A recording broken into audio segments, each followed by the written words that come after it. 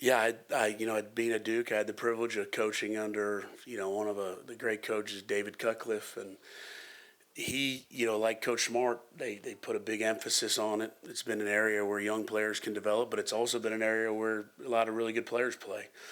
And I think that's really key when you talk about being good on special teams, not only from a culture standpoint, but also from the play on the field. So we did. At Duke, we had the same type of level of dedication of starters playing on special teams.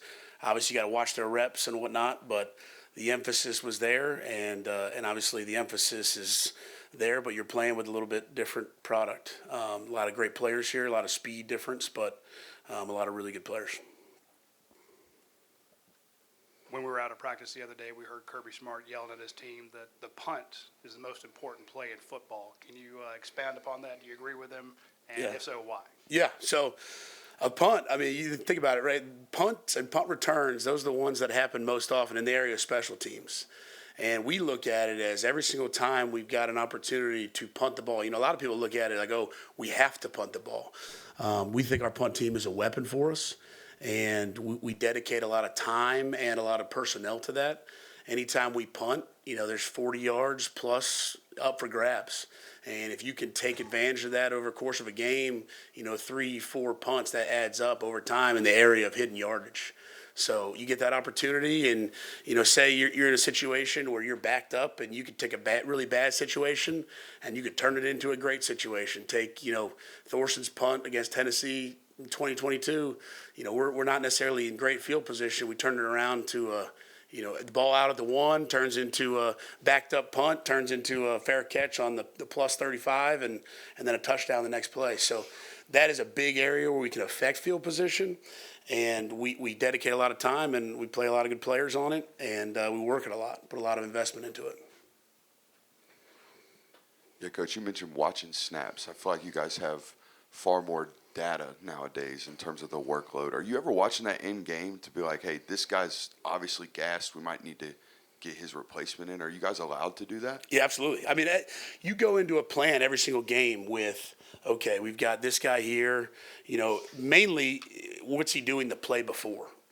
You've got maybe an offensive player. Last year we had Arian Smith and we had Dom Lovett. They were two of the best gunners in the country, and they were really good at what they did. But at the same time, there was a good chance that both those guys were going to be in on third down. So every single third down, we would have all of our gunners that were behind them report to the pad, because if they were running, a go route and then they had to turn around and cover a punt, that's not necessarily fair to ask them to do that. So we definitely had eyes on that and awareness of that. And I think just an overall level of snaps that someone's going to play throughout the course of a game, I think it's imperative that you have a great backup and you have a good plan for those guys, so you don't have a big fall off. Yeah, you guys brought in Zachariah Branch from the transfer portal, and he obviously had a ton of experience at USC returning punts and kicks. How do you expect him to help you guys in those areas of the game this year? Yeah, I think Zach's done a great job. I think obviously he brings something that you don't get all the time, which is in-game experience. In-game experience is really valuable, and it's good for him to have that. I think he's going to come here and he's going to have a positive impact on our return units, but he's working back there with a lot of guys, working probably more returners than we have just as far as catching the ball, reps. We got a lot of dynamic guys back there, but, punt returners, we've got, Zakovi's back there, Landon Rolden's back there as a freshman, Talon Taylor's back there, and then we're still working Cash back there and London Humphreys at punt returners. So, he's back there and he's repping and he's getting really, really valuable reps here. Got a lot of catches this summer, and I think he's continuing to grow. But I think anytime you got a good returner, and I think we can get a good one out of that batch, especially with the in-game experience of Zach, I think that'll help us for sure. Kirk, Drew Miller was put into a pretty tough situation last year when Brett got hurt. How do you feel like he handled even the lead up to that Sugar Bowl and then obviously the Sugar Bowl and just where he is going into this year?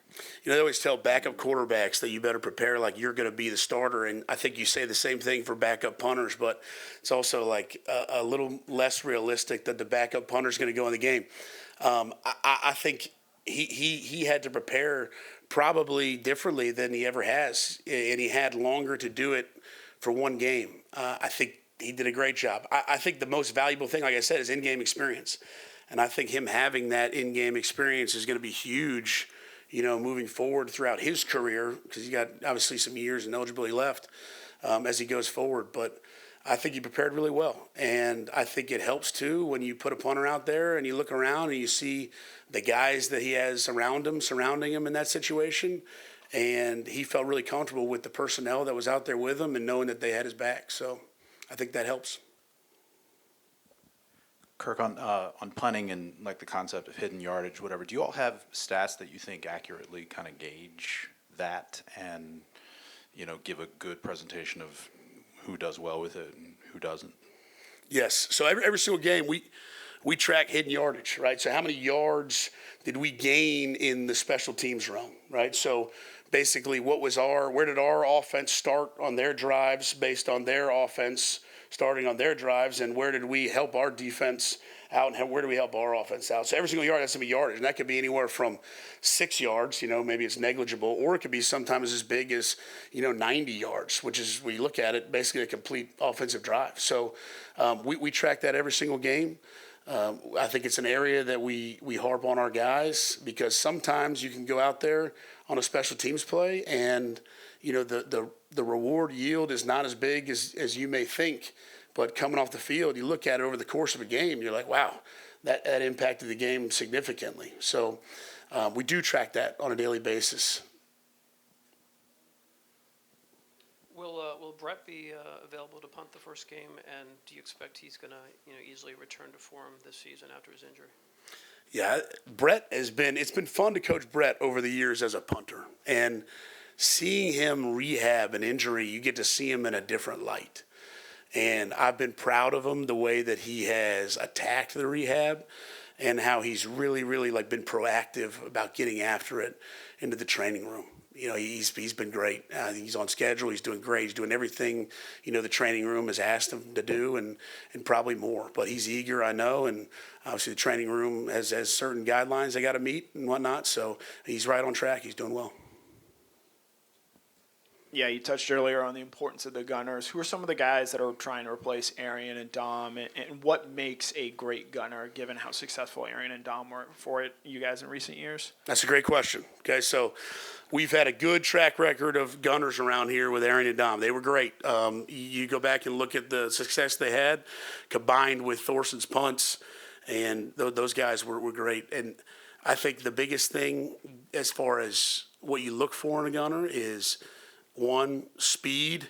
I think fire, passion, and energy comes into that too. Want to be out there. And then also the ability to get someone on the ground. And you don't always know that with offensive players. You got to put them out there in practice and situations to make sure that they have that third one. But I think those three things, speed, fire, passion, energy, and ability to get someone on the ground, is huge.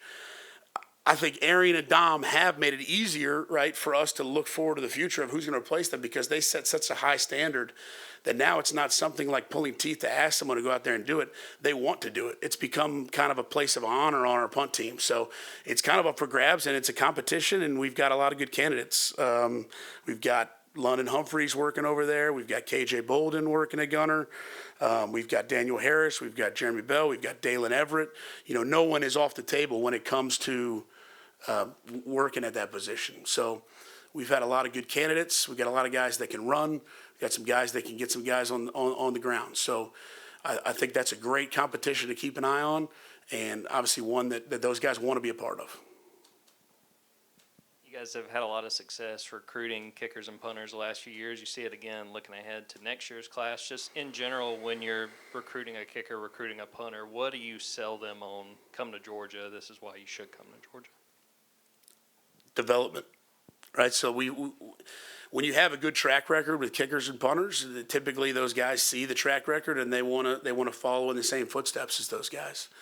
And then I think the other thing too is we all know that the platform that Georgia provides as far as the level of competition that you're going to have, and I think that attracts just the right type of specialist that we want.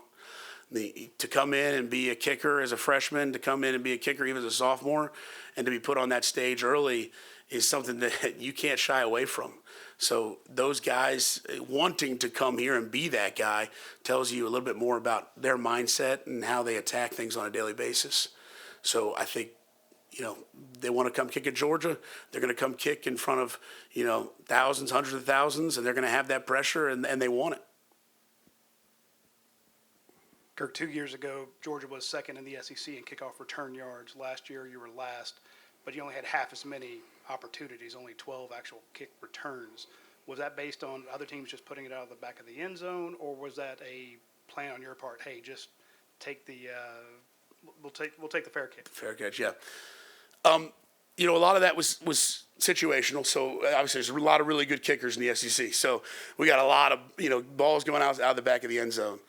And as far as the statistics is being ranked really well and then not having a great of a year last year, that's been a point of emphasis in this fall camp. Like we show the statistics, we say this is where we want to get better, but at the same time some of that was also a little bit situational. We had some squibs that we had some unfortunate bounces as far as the ball checking up on the sideline that we didn't necessarily get to have your normal return that you would get to set up. But with that being said, it's great fuel to the fire, and those guys have attacked KOR up to this point through 6 practices really well. But I think that's definitely an area that we want to try and get better at. Yeah, Coach, over here to your right. When a quarterback starts to become inaccurate, odds are there's something mechanically that is wrong.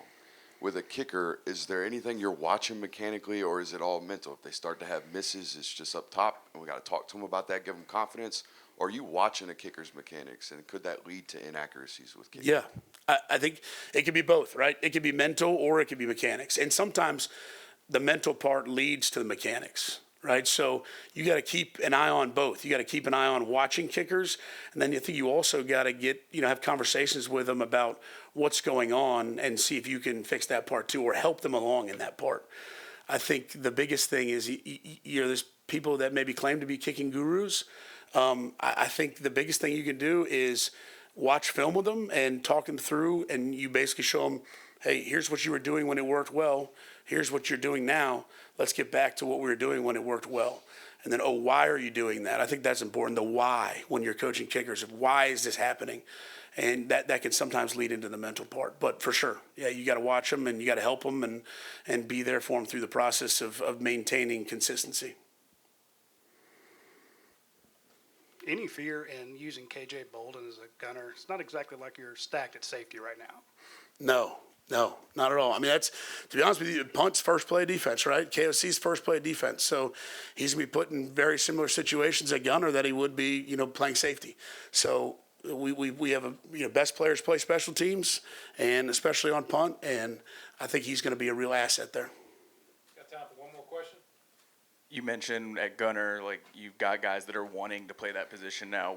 How have you all, and you got starters across all of your special teams units, like have you all been able to foster a culture of people wanting to play on special teams? And how do you feel like that compares here to other programs that you've been at? Yeah, I can't really speak for other programs, but I can tell you it starts from the top, right? Coach Smart it does a great job with the culture of special teams. And the best players play on special teams ever since I've gotten here and well before that. So I think these guys, they come in and it's not necessarily a chore to play special teams, especially when you see guys that come before them that have had such success. You show the punt team. We show the punt team every single year. We showed 2017 punt team, and every single one of them, but one maybe was drafted. You show the 2020 punt team, everyone is in the league. You show the 2023 punt team, all but 2, are in the NFL now. And you see guys like Nakobe Dean, you see guys like Nolan Smith, you see guys like Jalen Carter playing on special teams. It becomes something that they want to do because they know it's overall part of their development. It helps them. It also helps the team win. It helps them get playing time early maybe. And they're going to be asked at some point at the next level to play special teams. And we want to make sure that's not the first time that they do it. So we always say, hey, it's good for the team. It's good for the team. Why? It's good for the team for winning purposes. We can affect the game with field position and momentum and special teams, right? We say it's good for you, the individual, because it provides opportunity. Maybe you didn't get to play early, but you will get to play, right? And the last one, we say it's good for your future because it's going to set you up for success in the NFL.